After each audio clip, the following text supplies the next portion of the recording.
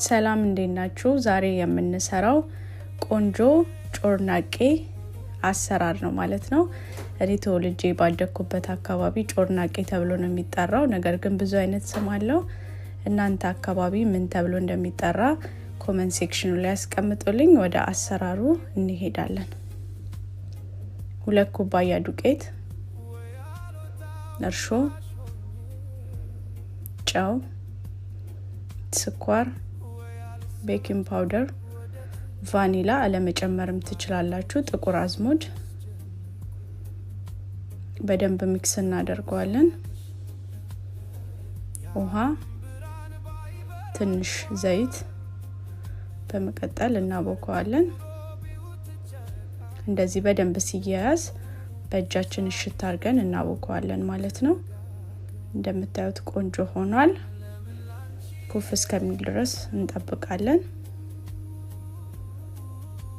እንደምታዩት ኩፍ ብሎልናል። ትንሽ ዱቄት እናደርጋለን እጃችን እንዳይዘን።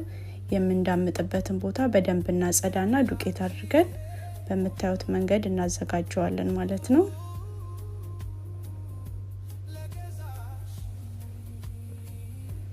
ስትዳምጡት ብዙ መወፈርም ብዙ መቅጠን የለበትም። በመቀጠል እንጠቀልለዋለን ማለት ነው። የወፈረውን ቦታ በእጃችን እንደዚህ አድርገን እናስተካክለዋለን።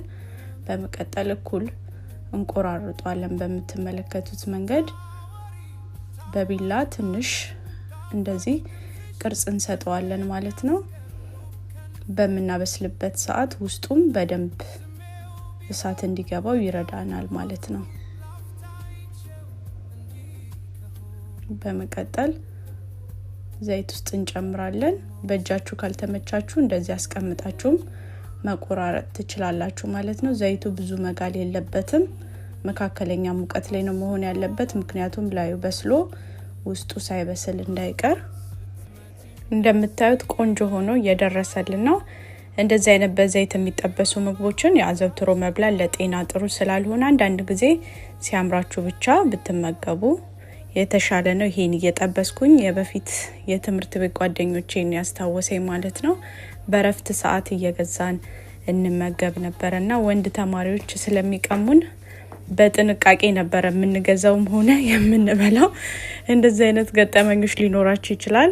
ኮሜንት ሴክሽን ላይ አስቀምጡልኝ። እንደምታዩ ቆንጆ ነው ደርሷል። በጣም ነው የሚጣፍጠው። ሁላችሁም በየቤታችሁ ሰርታችሁ ሞክሩት። ከወደዳችሁት ላይክ፣ ፎሎ፣ ሼር አድርጉኝ። ባይ